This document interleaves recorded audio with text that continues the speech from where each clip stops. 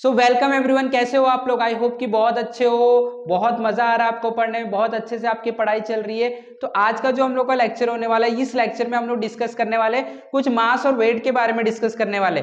हम लोग जो लास्ट लेक्चर में कुछ टॉपिक देखे थे, जैसे एक्सेलरेशन ड्यू टू ग्रेविटी के बारे में भी सीखे, हम लोग केप्लर्स लॉ के बारे में सीखे, यूनिवर्सल लॉ ऑफ ग्रेविटेशन के बारे में भी सीखे। तो ऐसे ना बहुत सारे टॉपिक हम लोग ने सीखे। अब हम लोग अपने टॉपिक को आगे बढ़ाएंगे और आज का जो हम लोग का लेक्चर होने वाला है, इस लेक्चर में हम लोग डिस्कस करने वाले what is the difference between mass and weight. तो काफी लोग को ना कंफ्यूजन रहता है, क्या मास और वेट सेम चीज है? आंसर है नहीं। तो यही चीज के बारे में हम लोग आज का इस लेक्चर में डिस्कस करेंगे।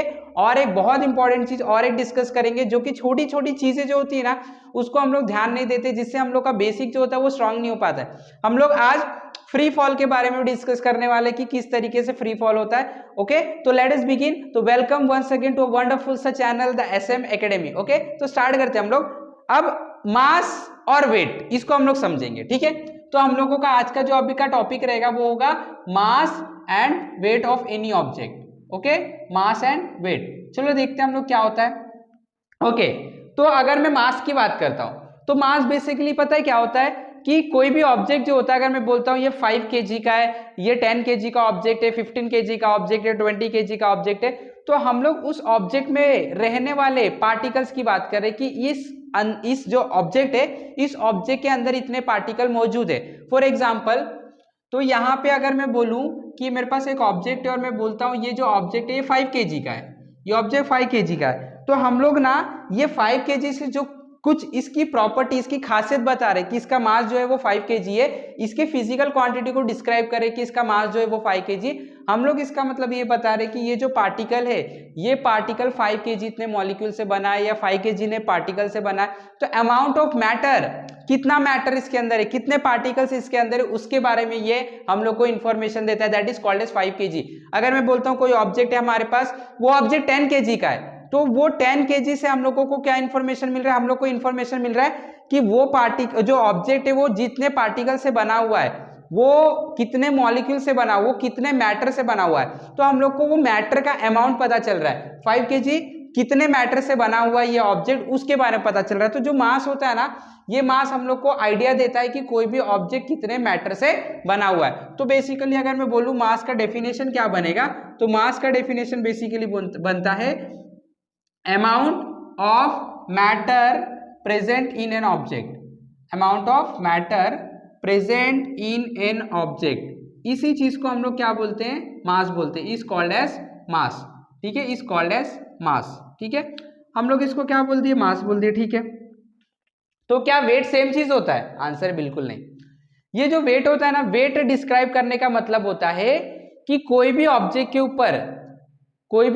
ऊपर कितना ग्रेविटेशनल फोर्स लग रहा है, या तो फिर दूसरे तरीके से अगर बोलो तो कोई भी ऑब्जेक्ट अर्थ की सरफेस पे खुद कितना फोर्स लगा रहा है, that is called as weight of the object. फिर से वेट क्या होता है, तो एग्जांपल से हम लोग समझते हैं। यहां पे हम लोग ने मास को डिस्कस किया, थोड़ा सा हम लोग को आइडिया आ गया मास क्या होता है। जब मैं वेट को डिस्कस करता हूं, वेट, ठीक है, जब हम लोग वेट को डिस्कस करते हैं तो वेट क्या होता है? सपोज यहां पे हमारे पास कोई एक पर्सन है standing on the surface of the अर्थ, ये अर्थ का सरफेस है, right.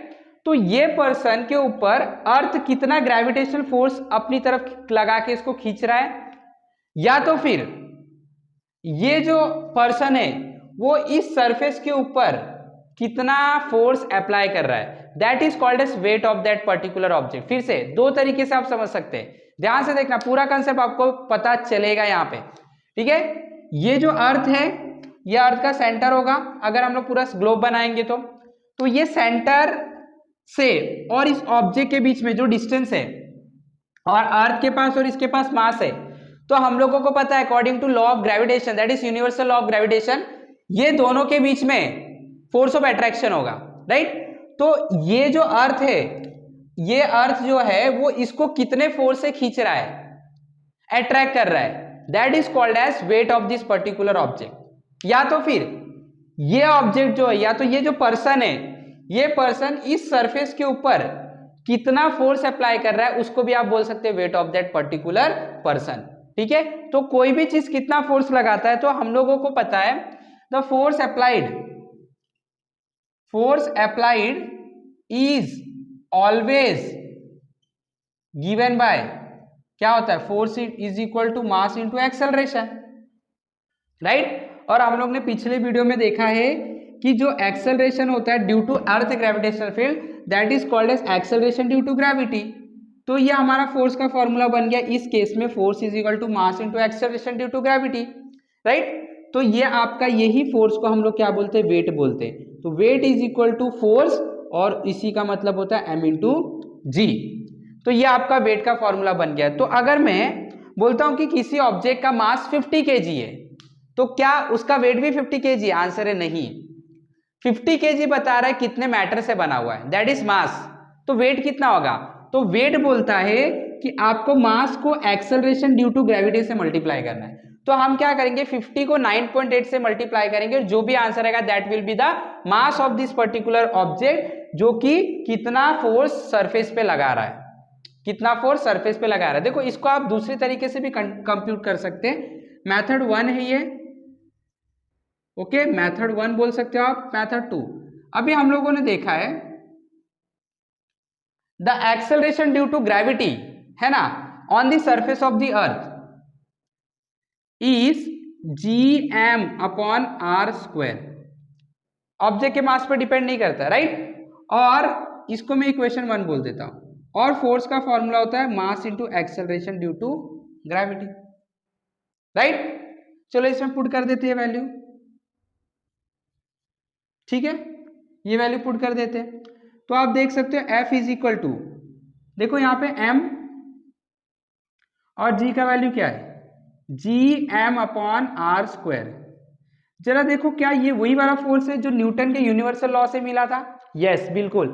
F is equal to gm1m2 upon R square, ये वही वाला फोर्स आ रहा है। इसका मतलब आप ये बोल सकते हो कि जो आपका वेट है वो वेट है कि कोई ऑब्जेक्ट कितना फोर्स सरफेस पे लगा रहा है, या तो फिर ये जो अर्थ है वो इस ऑब्जेक्ट के ऊपर कितना ग्रेविटेशनल फोर्स लगा रहा है। दोनों का मतलब क्या होता है, सेम ही होता है, दोनों का मतलब सेम होता है। देखो इसी में मैंने जी का वैल्यू रख दिया और ये वाला इक्वेशन मिल गया। तो व्हाट इज वेट? तो हम लोगों को एक क्विक नॉलेज आ गया, फटाक से हम लोग वापस से क्विकली रिवाइज कर लेते हैं। वेट का मतलब होता है कि कोई भी ऑब्जेक्ट अर्थ की सरफेस पे कितना फोर्स लगा रहा है, या तो फिर अर्थ जो है वो किसी भी ऑब्जेक्ट को कितने ग्रेविटेशनल फोर्स से अपनी तरफ खींच रहा है, that is called as weight of that object. तो अगर मैं बोलता हूं, यहां पे हम लोग एग्जांपल से समझते हैं, mass of a person is 50 kg, what is his और हर वेट, उसका वेट कितना होगा? तो यहां पे उसका मास तो हम लोग को बोला गया 50 kg है, तो इसका वेट क्या होगा? मैंने आपको बताया वेट का फॉर्मूला क्या होता है, m इंटू जी। तो m कितना दिया गया है, 50। 50 इंटू जी की वैल्यू आपको पता है 9.8 होता है, तो आप इसको मल्टीप्लाई कर लो 9.8 से, जो भी आंसर आएगा 49 के आसपास आएगा, 49। तो ये आपका वेट हो जाएगा न्यूटन, 49 न्यूटन। तो वेट का जो यूनिट होता है, as the weight and mass both are different quantity, therefore unit is also different. Weight का जो यूनिट होता है वो न्यूटन होता है, मास का जो यूनिट होता है वो केजी होता है। So this is the difference between mass and weight. तो मैं वेट को क्या लिख सकता हूं, weight it is amount of force exerted by an object on the surface of the earth, on the surface of the earth। किसी भी earth surface पे कोई भी ऑब्जेक्ट कितना फोर्स लगाता है उसको हम लोग क्या बोलते हैं, वेट बोलते हैं। So this is the concept of mass and weight. तो आपको याद रखना हमेशा के लिए, आप वेट क्या होता है, mass into acceleration due to gravity. Weight क्या होता है, mass into acceleration due to gravity, right. ठीक है, तो ये चीज आपको याद रखना है। सो आई होप कि सब लोग को समझ में आया what is the difference between mass and weight of any object. Okay, तो जस्ट टेक दिस स्नैपशॉट, अपना पेन पेंसिल बुक सब निकाल के आपको नोट्स तो बनाना ही है, राइट। ओके, तो इसका एक स्नैपशॉट ले लो प्रैक्टिस के लिए, और फिर हम लोग आगे का टॉपिक देखते हैं, दैट इज फ्री फॉल।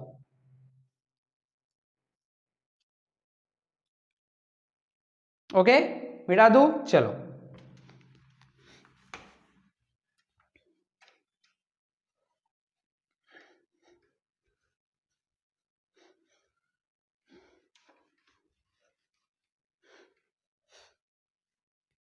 अभी हम लोग आते हैं next topic, that is called as free fall, right. तो अभी ये जो फ्री फॉल है, ये फ्री फॉल क्या होता है, ठीक है। तो देखो अभी क्या होता है, जब हम लोग अर्थ के सरफेस पे रहते हैं, फ्री फॉल,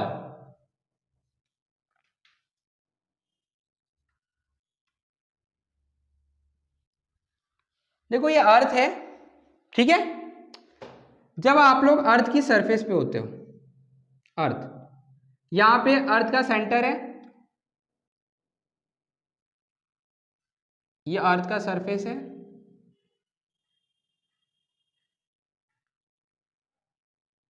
ठीक है। अभी हम लोग अर्थ की सरफेस पे, ठीक है, यहां पे तो एक पर्सन है, he standing on the surface of the earth, ठीक है, ओके। तो आपको अभी मैंने बताया पहले वाले टॉपिक में कि कोई भी ऑब्जेक्ट अर्थ की सरफेस पे हमेशा फोर्स लगाता है, जिसको हम लोग उसका वेट बोलते हैं, राइट। अभी फोर्स ही बोल के चलते हैं हम। तो ये पर्सन जो है, ये अर्थ की सरफेस पे क्या कर रहा है, फोर्स लगा रहा है। तो according to Newton's third law, हम लोग ने पढ़ा है Newton third law, every action has equal and opposite reaction. तो यहाँ पे एक एक्शन हो रहा है, क्या एक्शन हो रहा है, तो आंसर है, ये जो पर्सन है ये अर्थ की सरफेस पे फोर्स लगा रहा है, एक एक्शन हो रहा है, वेरी इंपॉर्टेंट। अब ये एक्शन हो रहा है, क्या हो रहा है, एक्शन हो रहा है। न्यूटन का थर्ड लॉ याद करना है आपको, every action has equal and opposite reaction.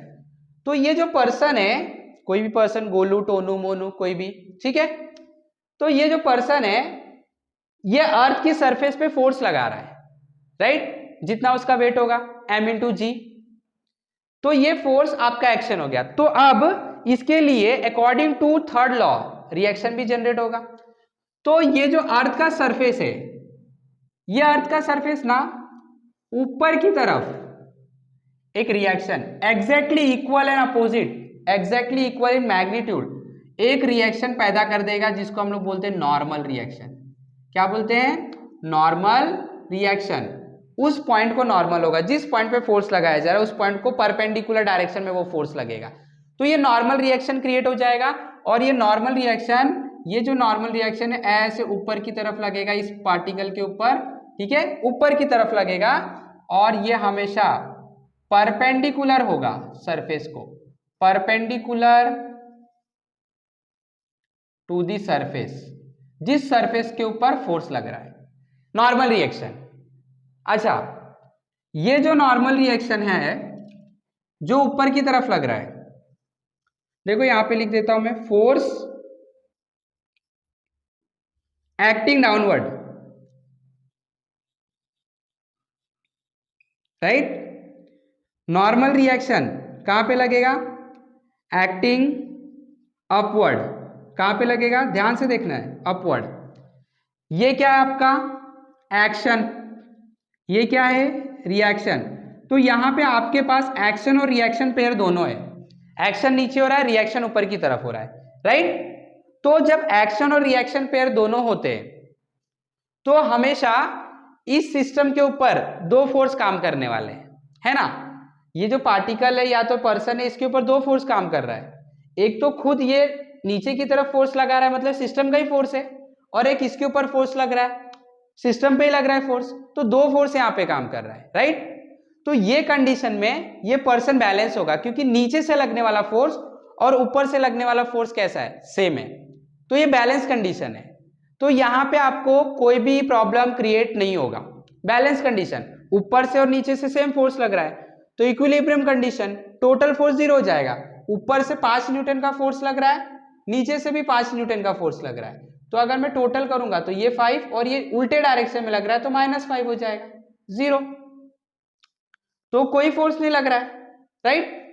तो जब नेट फोर्स 0 नहीं होता है किसी सिस्टम पे, और उस सिस्टम के ऊपर सिर्फ और सिर्फ फोर्स जो लगता है it is due to the acceleration due to gravity, तो वो बॉडी फ्री फॉल में आता है। एग्जांपल देखेंगे अभी, ये फ्री फॉल नहीं है।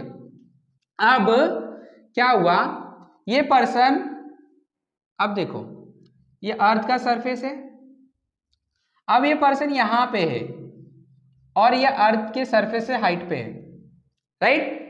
अब देखो जरा ध्यान से, इसके ऊपर ग्रेविटेशनल फोर्स तो लगेगा,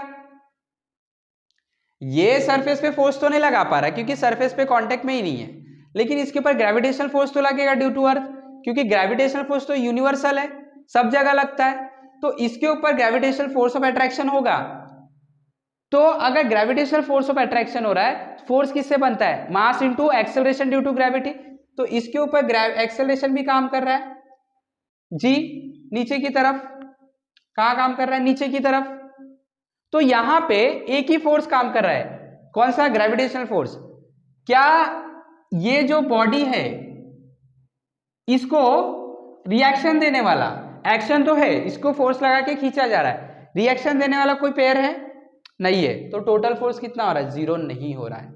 ये फोर्स से नीचे खींच रहा है 10 न्यूटन, बस 10 न्यूटन ही फोर्स है, उल्टे डायरेक्शन में 10 न्यूटन फोर्स नहीं है, मतलब यहां पे कोई रिएक्शन पेयर जनरेट नहीं हो रहा है। जब कोई भी रिएक्शन पेयर जनरेट नहीं होगा तो हम लोग बोलेंगे ये जो ऑब्जेक्ट है, this object is in the condition of free fall.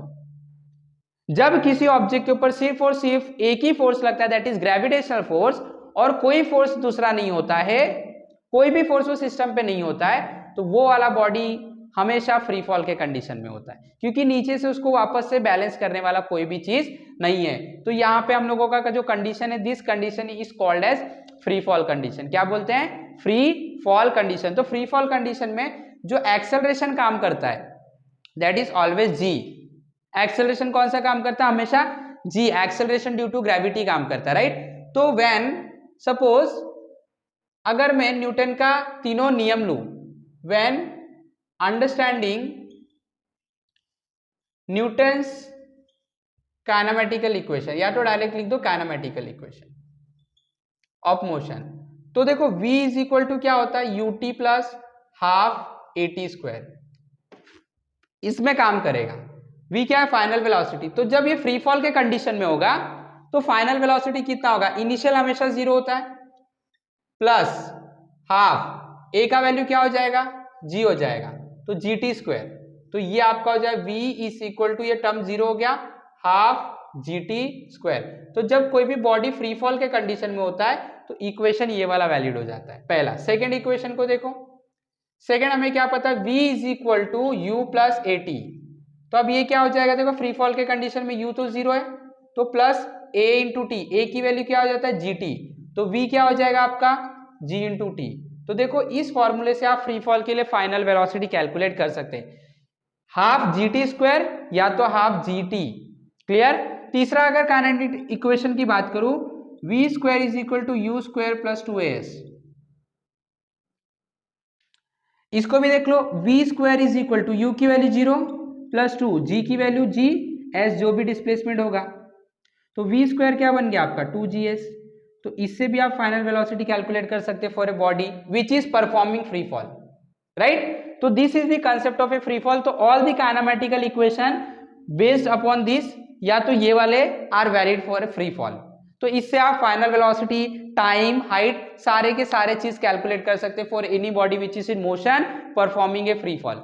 तो फ्री फॉल का मतलब यही होता है कि जो भी ऑब्जेक्ट है उसके ऊपर सिर्फ ग्रेविटेशनल फोर्स नीचे की तरफ काम करता है, ऊपर की तरफ काम करने वाला कोई भी फोर्स एग्जिस्ट नहीं करता है, तो उस टाइम पे body is always in a system which is called as free fall. तो आई होप कि सब लोग को एक एक concept, mass, weight difference clear हो गया, सारे लोगों को फ्री फॉल का कंसेप्ट समझ में आ गया कि जब सिस्टम के ऊपर सिर्फ और सिर्फ नीचे की तरफ, अर्थ की सेंटर की तरफ एक ही फोर्स काम करता है, बाकी कोई फोर्स सिस्टम में काम नहीं करता, ना ही तो ऊपर लगाने के लिए कोई नॉर्मल रिएक्शन होता है, उस टाइम पे body is always in A free fall. जैसे ये मार्कर है, ये अभी मैंने पकड़ के रखा है, तो अट्रैक्शन हो रहा है ग्रेविटेशन से, साथ में मैंने यहाँ पे भी फोर्स लगा के रखा है उसको ऊपर खींचने के लिए। देखो ये फोर्स मैंने लगाया ये हाथ से ऊपर खींचने के लिए, तो यहाँ पे दो फोर्स है, इसके लिए फ्री फॉल में नहीं, लेकिन जैसे मैं इसको छोड़ देता हूँ तो ये क्या हो जाएगा, फ्री फॉल में आ जाएगा, नीचे नॉर्मल रिएक्शन के लिए कोई सिस्टम नहीं है, राइट। तो this is the condition of free fall. तो आई होप कि एक एक कंसेप्ट आपको क्लियर हुआ। ऐसे ही हमारे साथ जुड़े रहना है, हमारे साथ सीखते रहना है, आपका सारे के सारे कंसेप्ट क्लियर होंगे। और यस, अगर आपने सब्सक्राइब नहीं किया चैनल को तो आपको सब्सक्राइब करना है, शेयर करना है, लाइक करना है। और अगर आपको कोई भी डाउट है तो डिस्क्रिप्शन में मैंने व्हाट्सएप का लिंक, टेलीग्राम का लिंक सब कुछ दिया, आपको वहां से जाके ज्वाइन होना है। और हम लोगों को आपके जो भी प्रॉब्लम है, studies related problem, question related problem, each and everything you can share and you will definitely get the solution for that. Okay, तो have a wonderful day, thank you very much, happy learning.